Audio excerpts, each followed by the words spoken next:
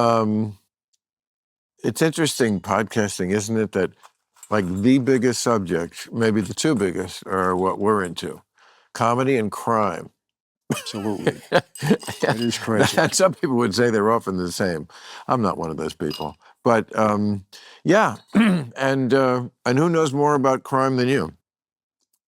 I guess that depending upon what side of the fence you are, you could say that's either good or a bad thing. I've certainly had a lot of experience with I it. think it's a bad thing. I'm with the law, generally. Although, of course, as we all know, very often the people on the side of the law are the biggest criminals. I wrote a book, Mafia Democracy. I have a copy for you right here. Oh, good. And you're going to read this book. Now, I want to tell you something. Mafia Democracy.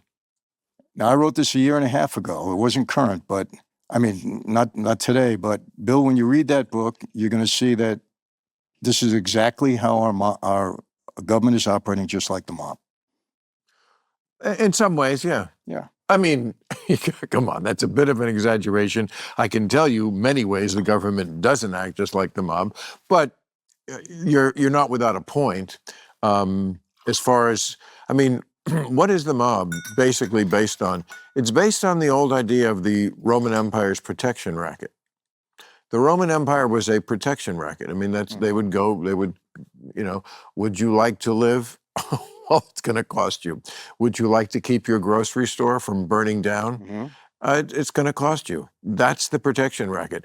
There is some of that in government. I mean, what would you tell me? You wrote the book. What are some examples of that? To me, it's just all about power and control, Bill. Well, that's vague. You're going to have to do better. Well, power and control, meaning that these people get into office, they get intoxicated with the power, they never want to leave, as evidenced by, most of our Congress people.